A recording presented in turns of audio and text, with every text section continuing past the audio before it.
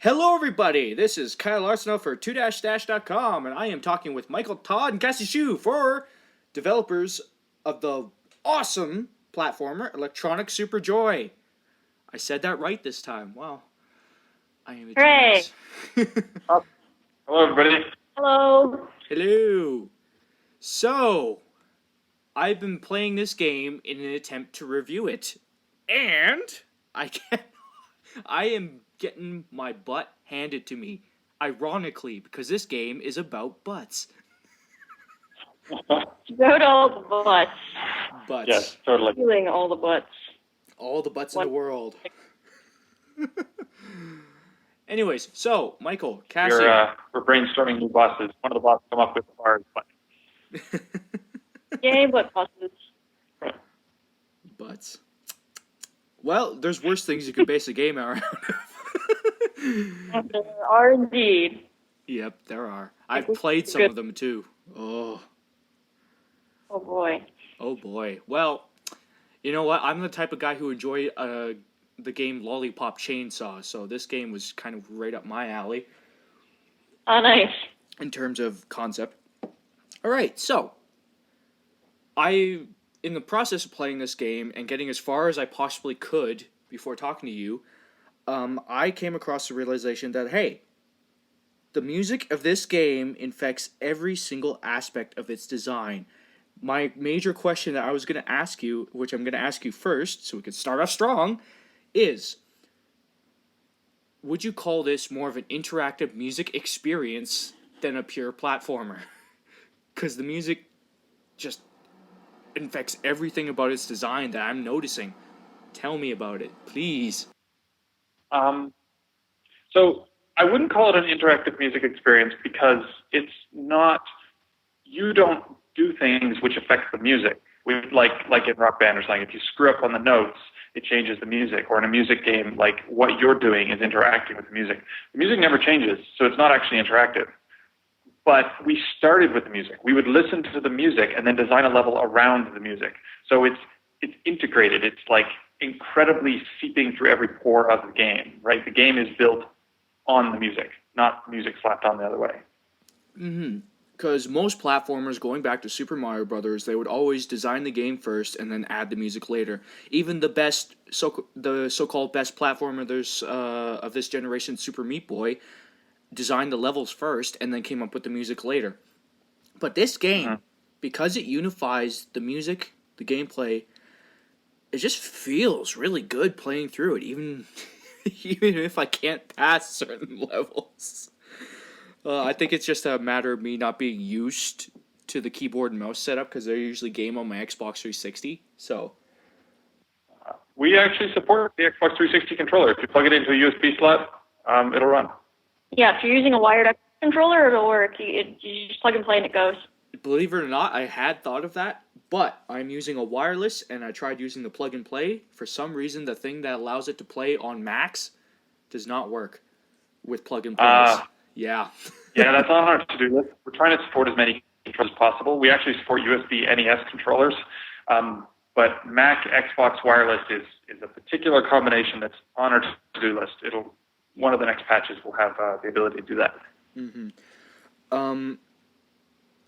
That said, the controls are really smooth on the keyboard, to be honest. I mean, they're better than Super Meat Boy's controls were for the keyboard. I couldn't play that game on the keyboard, so I had it on Steam for some stupid reason. Yeah, I think it's because they play console games, and like in Indie Game Movie, when it shows them testing, they're holding controllers, whereas I play with the keyboard. So the game was like originally, like the designer designed the movement with the keyboard, so it like flows really naturally from that. Oh, wow. Yeah. I mean, like, I have been testing the various combinations I could do. I've been rebinding controls, and it always never felt like I was being hampered in any way by the controls. It was all me that was doing the failing, not the controls. I love failing. Yeah, we worked really, really hard in our levels to make sure that they were challenging, but they were still fair.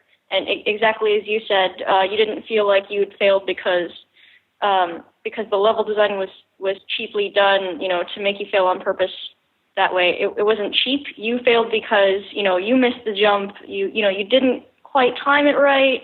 It was that sort of thing. It's totally the player's fault, not the game's fault. And that's what we worked really hard to make sure that was happening. Yeah, it comes off as really, it feels terrible when you're like, oh, I should have made that, but the controls are shitty, or I should have made that, but this is just kind of unfair. So we tried to set it up so the game part is transparent as possible, and it's you versus the challenge, and then the challenge is fun. In this day and age, when we're like being inundated with roguelikes, retro platformers, and everything, challenges really started to come back. In at least in independent games, I mean, in mainstream games, I mean, the hardest game I played in mainstream games is like Dark Souls, and we shall not talk about that game.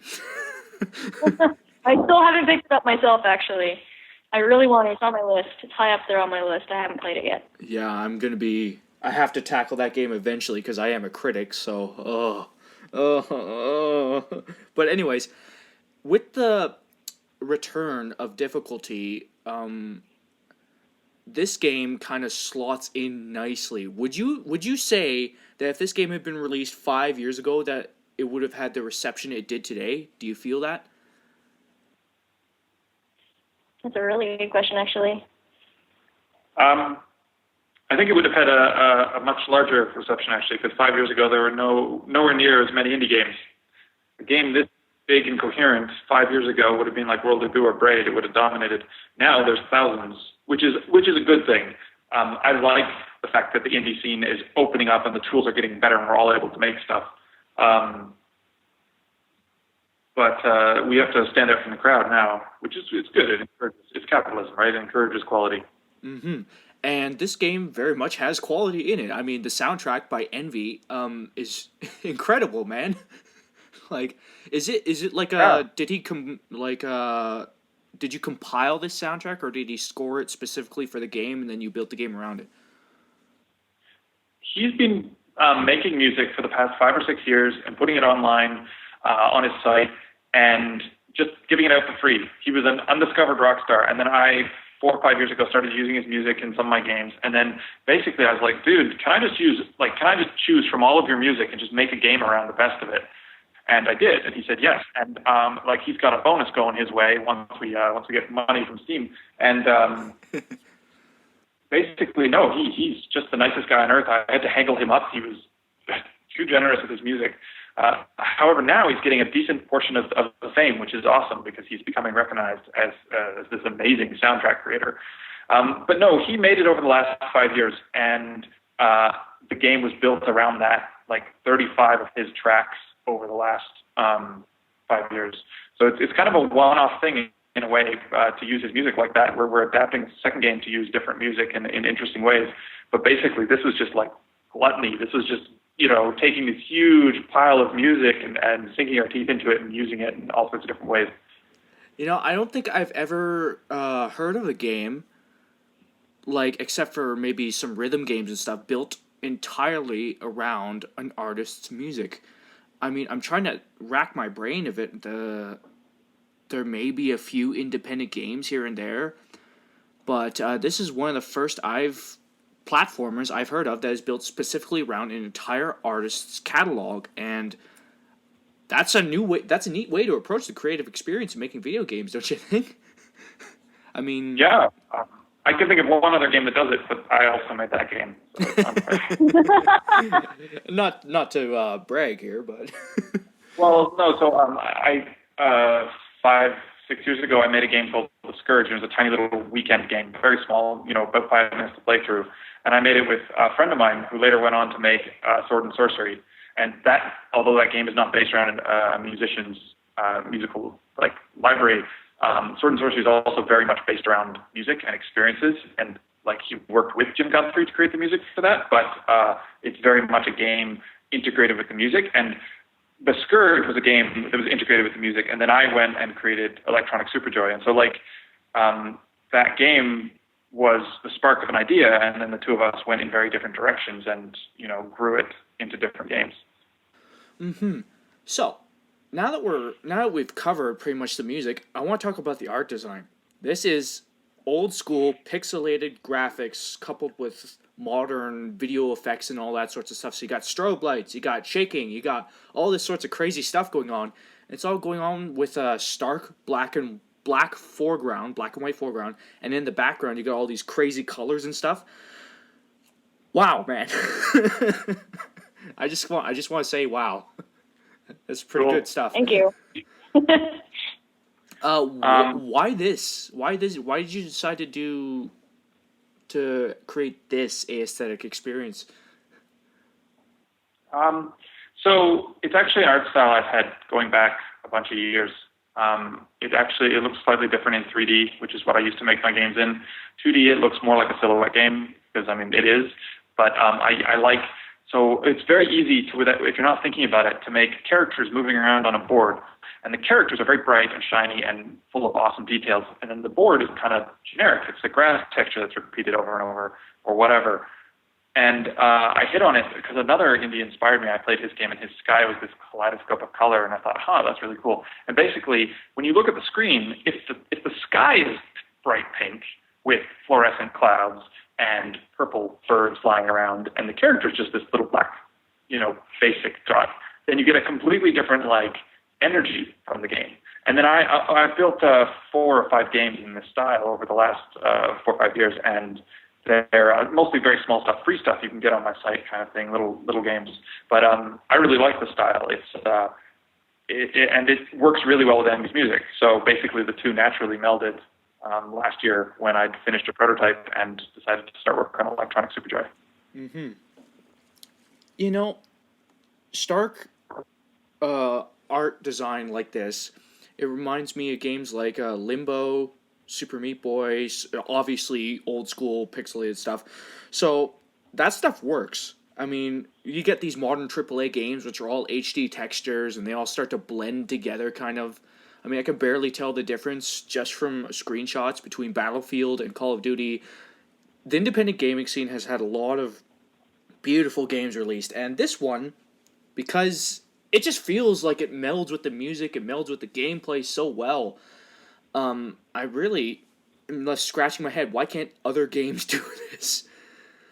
I mean, why do you think the other AAA games or anything have so much trouble making games that are like this unified in the art design aspect? Are they too focused on other things or what?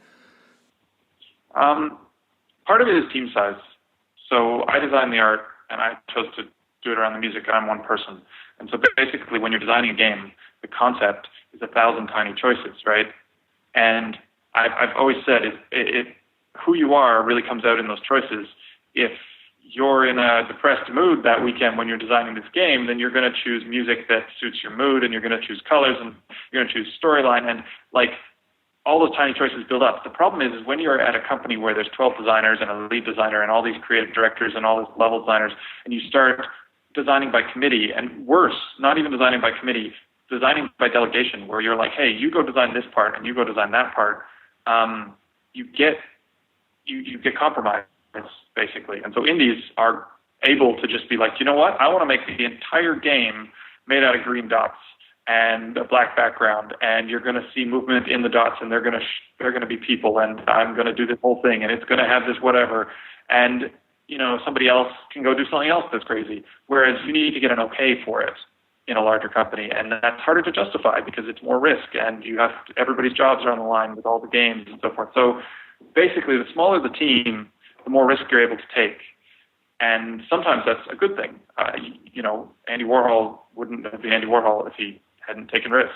Mm-hmm. And similarly, in the video game industry, Phil Fish, when he created Fez, wouldn't have been Phil Fish without, yeah. So, yeah.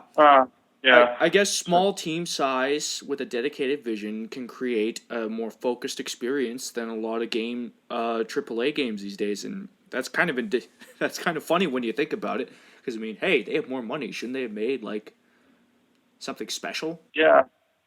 I think it'll be interesting to see in future how that pans out. Whether companies will become smaller, or they'll have a different organizational structure, or they'll just fill a particular niche in the industry. Mm-hmm.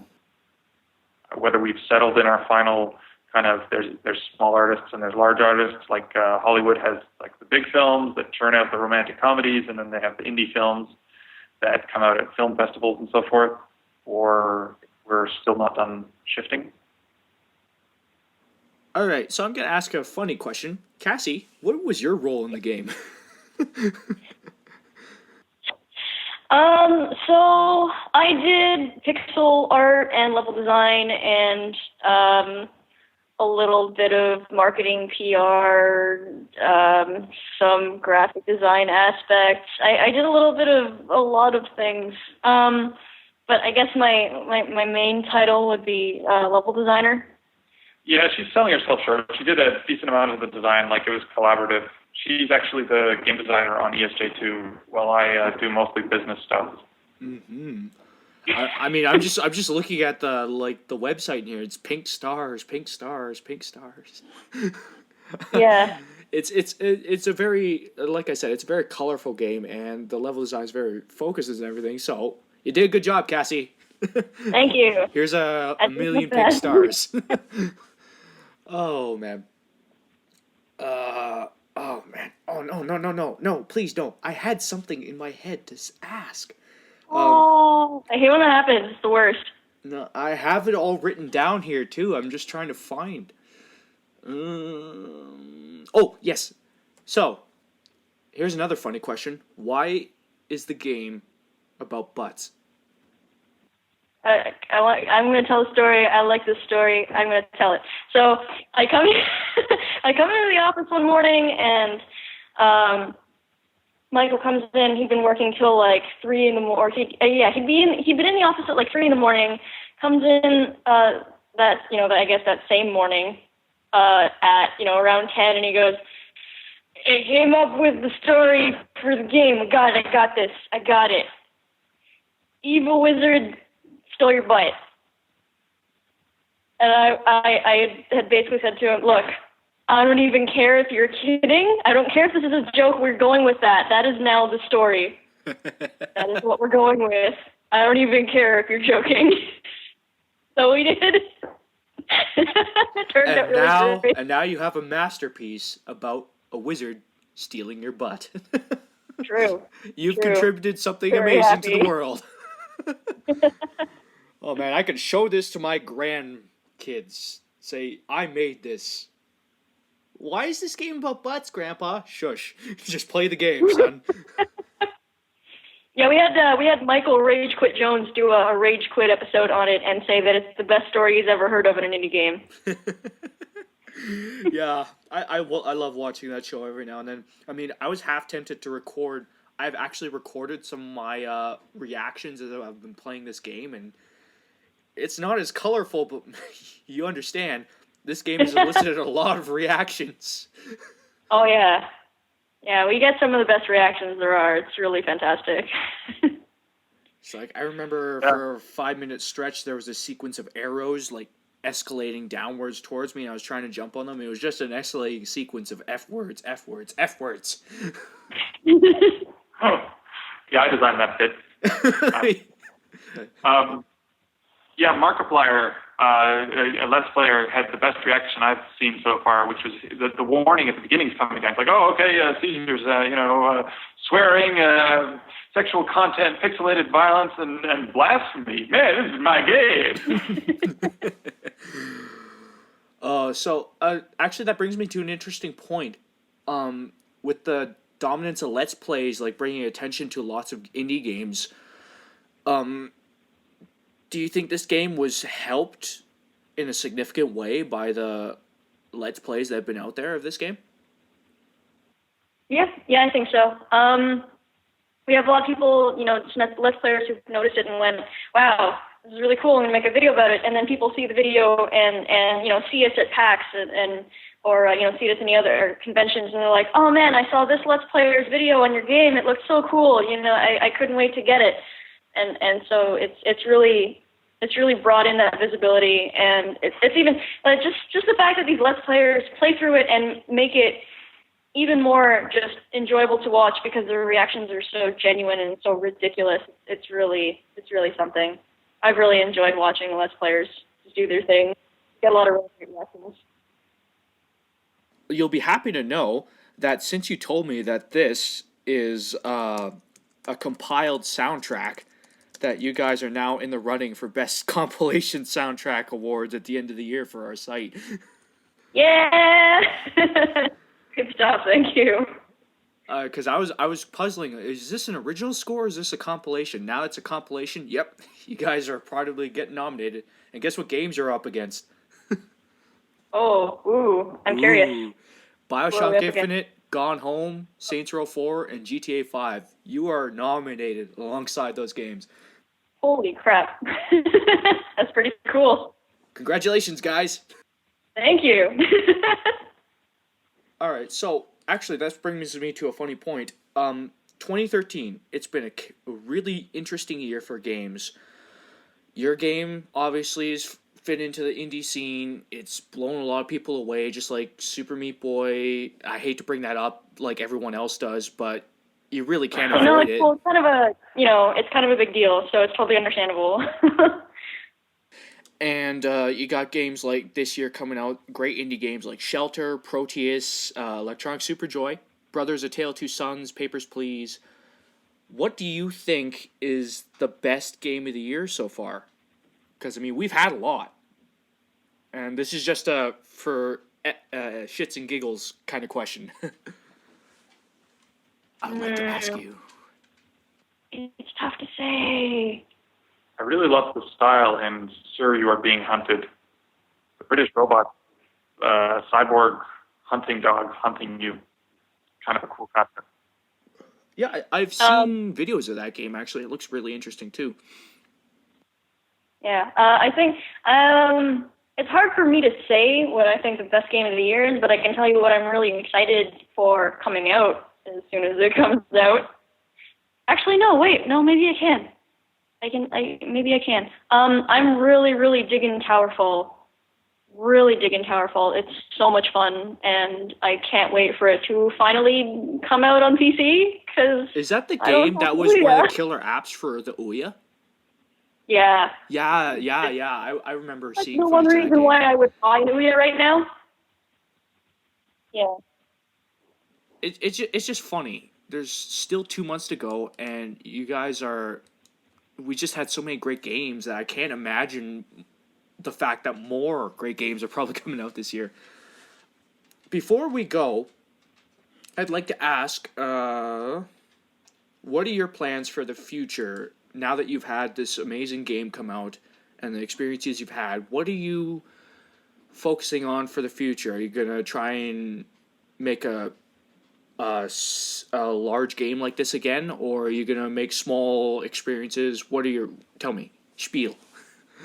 So we're getting set up. We decided we want to do something. So we're getting set up in an office. We've got a team. I started Electronic Superjoy on my own, then I brought Cassie in. For a long time, it was just two of us. We've now scaled up to 5 with 2 additional programmers and Don, who also does business. Basically, we're looking at what we want to do. Do we want to try bringing the game to consoles? We're probably going to come to phones, maybe. I don't know. We're looking at it. Ouya is a possibility. So there's platform porting. And then there's also possibly we can make a sequel, or maybe we can do an expansion, or we've talked with a couple of really cool musicians. We talked with Chipsel about doing music for a game. Chipsel did the music for Super Hexagon, so I think she'd be awesome to make a game around her music. Mm-hmm. We talked with Envy. Basically, we're looking at what we want to do next, and it'll probably be something really cool involving music and games, but we don't really know besides that. Mm-hmm.